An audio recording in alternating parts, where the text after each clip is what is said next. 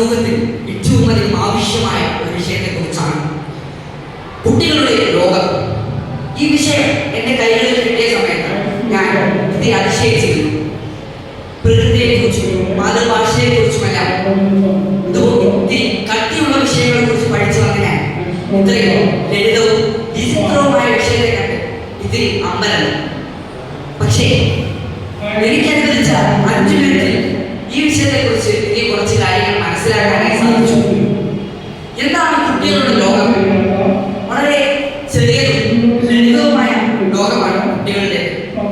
അമ്മയും അച്ഛനും കൂട്ടുകാരുമായുള്ള ഒരു കുഞ്ഞു ലോകം. ഈ ലോകം നമുക്ക് വിചിത്രമല്ല. നാം എല്ലാം ചെറുതായിരുന്നപ്പോൾ കടന്നു പോകുന്ന ലോകമാണ്. ഒരു മനുഷ്യന്റെ ജീവിതത്തിൽ ഈ ലോകം എന്നും അവശേഷിക്കും. അവൻ എത്ര വളർന്നാലും എത്ര വലിയ രാജ്യം കീഴടക്കിയാലും അവന്റെ മനസ്സിൽ ആ കുട്ടിത്വവും ആ ലോകവും എന്നും നിലനിൽക്കും. ഒരു കുട്ടിയുടെ ലോകം ഏറ്റവും നന്നായി പോവുക എന്നുള്ളത് ആ സമൂഹത്തിന്റെ ഉത്തരവാദിത്തമാണ്. ഇത് നന്നായി നടക്കാത്ത സാഹചര്യത്തിൽ പല പ്രശ്നങ്ങൾ സമൂഹത്തിൽ ആ കുട്ടിക്ക് സംഭവിക്കും.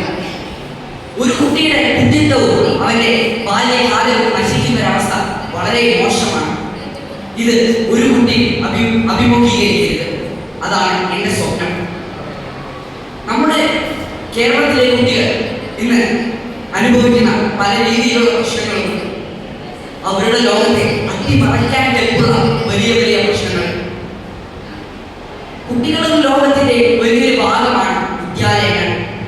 വിദ്യാലയങ്ങളിൽ നിന്നാണ് അവൻ ഈ ലോകത്തിൽ നിന്നും മാറി വലിയവരുടെ ലോകത്തിലേക്ക് കിടക്കുന്ന സമയത്ത് ആവശ്യമായുള്ള കാര്യങ്ങൾ ആർജിക്കുന്നത്, അവൻ ചിട്ട പഠിക്കുന്നത്. പക്ഷേ ഇന്നിതെല്ലാം അപകടത്തിലാണ്. വിദ്യ പഠിക്കേണ്ട കൂട്ടുകാരോടൊപ്പം കളിച്ച് നടക്കേണ്ട ബാല്യങ്ങൾ ഇന്ന് ലഹരിക്ക് അടിമയായിരിക്കുന്നു. ലഹരി മാഫിയകൾ ഏറ്റവും കൂടുതലായി പ്രവർത്തിക്കുന്നത് ഇന്ന് ബ്ലാക്ക് മാർക്കറ്റുകളിലെല്ലാം വിദ്യാപീഠങ്ങളിലാണ്. സ്കൂളുകളിൽ നിന്ന് തുടങ്ങുന്നു അവരുടെ അപകടങ്ങൾ. ഇതിന് ഒരു അന്ത്യഫലം